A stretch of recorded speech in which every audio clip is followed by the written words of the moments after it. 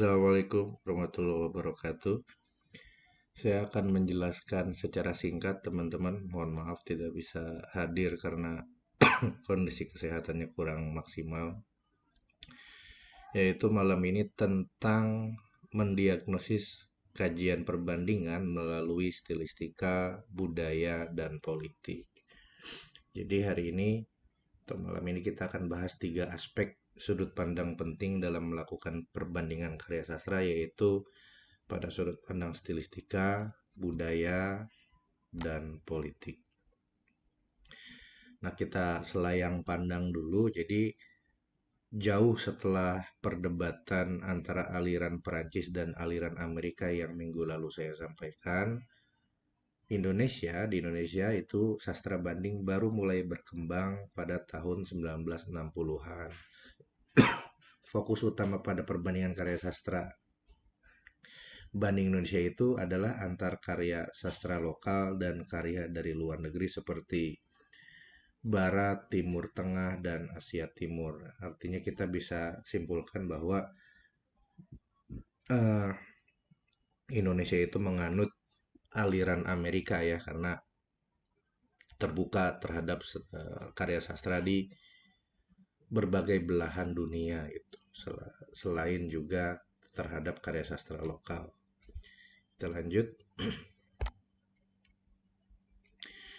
Nah, ada tiga sudut pandang penting dalam kajian sastra perbandingan, yaitu melalui kajian gaya berbahasa atau stilistika, kajian kebudayaan yang berkaitan dengan sosial masyarakat, sistem sosial dan sistem masyarakat, dan yang terakhir adalah kajian terhadap kondisi politik di mana karya sastra itu diciptakan.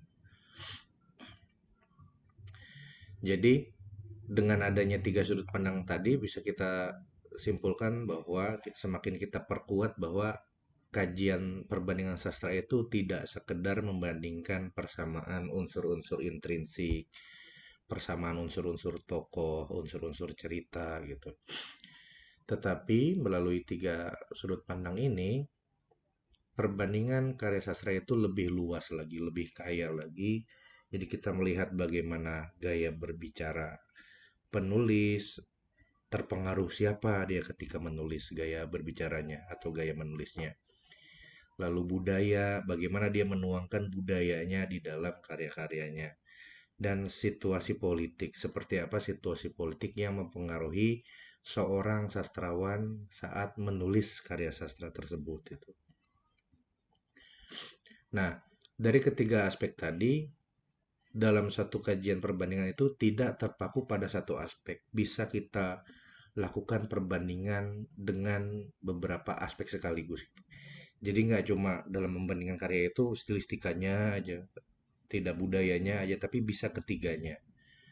Tidak terpaku karena kan dalam satu karya sastra bisa jadi kondisi politik dan kondisi budaya juga mempengaruhi secara bersamaan. Artinya setiap karya sastra bisa dengan multi sudut pandang. Kalau stilistika udah pasti karena setiap karya sastra, setiap penulis itu punya gaya atau cara menulisnya masing-masing. Kita bahas dulu yang pertama tentang stilistika dalam sastra banding Indonesia. Jadi stilistika dalam sastra banding itu berarti mengkaji tentang gaya bahasa naratifnya si penulis itu. Struktur teksnya seperti apa, cara penulisnya, dia tuh terpengaruh siapa gaya menulis dia. Gaya apa nulisnya tuh. Seperti apa cara dia menulis tuh. Jadi stilistika itu fokus kepada cara penulis dalam mengembangkan teksnya, cara penulis dalam bergaya bahasa. Nah, sebagai contoh ada novel Bumi Manusia karya Pramudia Anantatur. Jadi kalau Pramudia Anantatur itu dia menggabungkan atau menggunakan gaya bahasa realis itu, lebih ceplas-ceplos, lebih senang mengkritik secara langsung. Nah, itu sering disamakan dengan gaya nulisnya Gabriel Garcia Marquez dari luar gitu untuk menggambarkan kondisi sosial di bawah rezim otoriter. Nah, ketika Pramudiana Tatur menulis Bumi Manusia itu kan sama kondisinya seperti apa yang ditulis oleh Gabriel Garcia Marquez, di mana mereka sama-sama menggambarkan situasi masyarakat yang sedang berada di bawah rezim otoriter. Ini saya contohkan penggalan pada novel Bumi Manusia nih. Seorang pelayan wanita menghidangkan susu coklat dan kue, dan pelayan itu tidak datang merangkak-rangkak seperti pada majikan pribumi. Malah dia melihat padaku seperti menyatakan keheranan. Tak mungkin yang demikian terjadi pada majikan pribumi. Ini terjadi ketika tokoh Minke, kan di sini tokoh utamanya Minke, dia lagi main ke rumahnya Annelies. Annelies itu anak orang Belanda tapi ibunya orang Indonesia tuh. Ya naturalisasi lah gitu. Nah, Minke itu cowok heran kok pembantu di rumah Annelies menyuguhkan susu kue, susu dan coklat itu, susu coklat itu biasa aja kayak ngasih kayak teman ngasih makanan gitu. Mereka menatap orang seperti biasa, mereka berjalan seperti biasa. Dia membandingkan dengan apa yang terjadi di rumahnya. Nah, si Minke ini kan anak bupati dia. Dia menyaksikan secara langsung bagaimana pembantu datang ke majikan mengantarkan makanan itu harus menunduk, harus membungkuk, harus jalan jongkok gitu. Pernyataan terakhir yang sangat realis dari Pram itu adalah alangkah indahnya kehidupan tanpa merangkak-rangkak di hadapan orang lain. Itu jadi bahasanya lebih ceplas-ceplos. Pada saat itu, di mana budaya kita sangat Jawa sentris itu, khususnya di Pulau Jawa kan sangat Jawa sentris, kalimat seperti ini berbahaya dianggapnya pada saat itu. Karena apa? Karena bisa mengubah paradigma masyarakat Jawa yang tadinya sangat anggah-ungguh ya, tapi dengan pernyataan indah sekali kalau hidup tidak perlu nunduk-nunduk di hadapan orang lain tuh. Makanya novelnya Pram itu banyak dikecam pada saat itu, bahkan di rezim Orde Baru novel-novelnya Pram itu dibakar karena dianggap berbahaya dan bisa mengubah paradigma masyarakat. Selain stilistika, ada budaya. Nah, budaya itu, sastra itu pernah saya bilang bahwa karya sastra itu tidak mungkin diciptakan dengan kekeringan budaya gitu. Jadi budaya pasti mengiringi terciptanya karya sastra. Sehingga analisis budaya dalam sastra banding itu mengungkapkan bagaimana nilai-nilai kepercayaan, sistem-sistem masyarakat, tradisi-tradisi masyarakat itu dimasukkan ke dalam naskah karya sastra dia. Jadi apa yang terjadi di masyarakat itu juga diadaptasi. Kan tadi novel Bumi Manusia dengan budaya Jawanya, ya budaya Jawanya juga harus masuk ke dalam karya sastra itu. Itu nggak mungkin budayanya ditinggal kita cuma senang sama konfliknya aja, tidak mungkin. Setiap karya sastra pasti mengadaptasi budaya.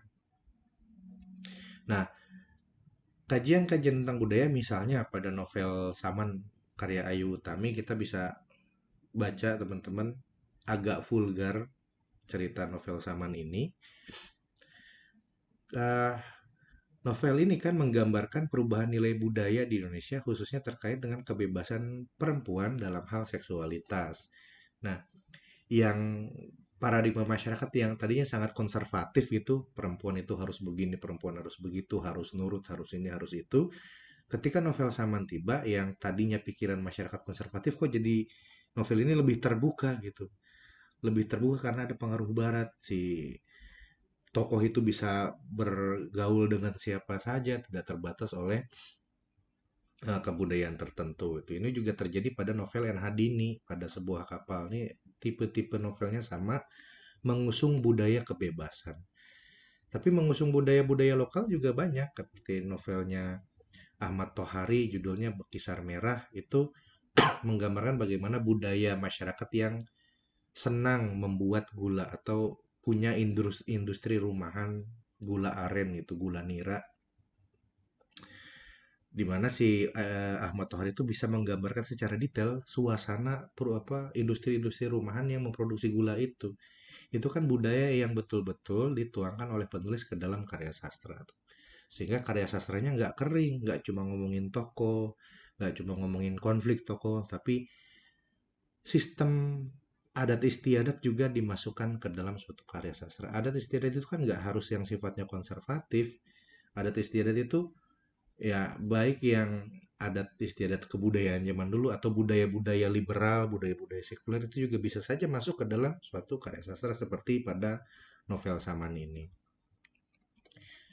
Terakhir adalah politik dalam sastra banding. Nah, selain budaya, yang juga mempengaruhi karya sastra adalah aspek politik. Kondisi politik masyarakat atau kondisi politik suatu negara itu bisa sangat mempengaruhi apa yang ditulis oleh sastrawan. Nah, pada zaman kemerdekaan, sastra di Indonesia itu sastra sering digunakan sebagai media untuk menyampaikan kritik-kritik sosial. Nah, penulis-penulis sastra itu sering memanfaatkan karya mereka untuk menyoroti kondisi sosial politik yang terjadi di masyarakat. Hamka sering mengkritik budaya matrilinealnya Sumatera Barat, itu juga Marah Rusli juga sering mengkritik budaya Sumatera Barat. Terus Hairil Anwar dengan puisi Aku juga mengkritik atau mengajak semangat bernasionalis melalui puisi-puisinya. Nah, puisi Aku Hairil Anwar itu yang mencerminkan semangat nasionalisme melalui gaya bahasa yang tegas dan penuh semangat, juga menyuarakan perlawanan terhadap penjajahan demi terciptanya kemerdekaan. Nah, sering ini disangkut pautkan dengan apa yang ditulis oleh Chinua Achebe yang judulnya Things Fall Apart, yang semuanya berantakan, ini dari Afrika. Keduanya sama-sama membahas tentang bagaimana karya sastra itu digunakan untuk perlawanan politik. Jadi perlawanan politik kan tidak hanya mengangkat senjata, tapi melalui karya-karya sastra. Di Indonesia sendiri, pada masa kemerdekaan kan terjadi dualisme sastra tuh antara Pujangga Baru dengan Lembaga Kebudayaan Rakyat atau Lekra. Pujangga Baru dengan semangat nasionalisme agamisnya ada di situ, dan Lekra dengan semangat sosialisme kesetaraannya di situ. Walaupun mereka berbeda sudut pandang dalam perjuangan, tapi pada dasarnya mereka sama-sama ingin mengkritik situasi politik sosial yang terjadi,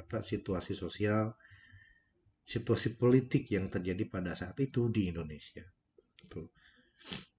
Misalnya pada novelnya STA menggambarkan, oh masyarakat tuh harus begini, perempuan harus pintar, laki-laki harus pintar, mereka harus menikah agar keluarga pintar ini bermanfaat untuk negara. Tapi orang-orang lekra bilang, wah nggak bisa, perempuan tetap harus pada porsinya, laki-laki juga tetap harus pada porsinya. Mereka harus memperjuangkan masing-masing aspirasi nasionalisme menggunakan jalurnya sendiri-sendiri. Nggak bisa perempuan itu begini, perempuan begitu. Mereka harus punya cara masing-masing gitu. Jadi kadang-kadang memang antara lekra dan Pujangga Baru terjadi perbedaan pendapat antar peran-peran laki-laki dan perempuan itu dalam perjuangan kemerdekaan. Tapi semuanya sama-sama berniat untuk memajukan atau membangkitkan semangat kemerdekaan, baik dari Lekra ataupun Pujangga Baru gitu ya. Nah, ini contoh puisinya Hairil Anwar yang puisi yang sangat terkenal. Larik yang terakhirnya itu sangat terkenal. Aku ingin hidup 1000 tahun lagi, itu sampai sekarang masih terngiang-ngiang bagi para pecinta sastra gitu. Kesimpulannya apa? Sastra banding Indonesia itu melihat bagaimana karya sastra lokal berinteraksi dengan karya sastra di wilayah lain, bahkan dengan negara lain. Intinya, karena ini kajian sastra banding, ya pada politik, budaya, stilistika kita membandingkan aspek itu. Misalnya novel A dengan novel B, kita bandingkan politiknya, kita bandingkan budayanya, kita bandingkan gaya berbicaranya gitu. Lalu pendekatan stilistika membantu memahami gaya penulisan yang digunakan oleh penulis dengan penulis lain pada konteks global. Pendekatan budaya juga menyoroti bagaimana karya ini mencerminkan nilai lokal masyarakat. Apakah ada pengaruh asing, apakah ada pengaruh penulis luar yang terjadi pada terciptanya suatu karya sastra. Dan terakhir, pendekatan politik berarti menggambarkan bagaimana sastra digunakan sebagai alat untuk kritik-kritik terhadap kondisi politis yang terjadi pada saat karya sastra itu dikembangkan atau dibuat. Oke, teman-teman, materinya itu saja, singkat saja. Saya ada sedikit latihan terkait membandingkan gaya berbicara dengan budaya dan politik. Nanti silakan diperiksa pada LMS dan dikumpulkan. Bagaimana cara mengumpulkannya nanti akan diinfokan lebih lanjut. Terima kasih. Assalamualaikum warahmatullahi wabarakatuh.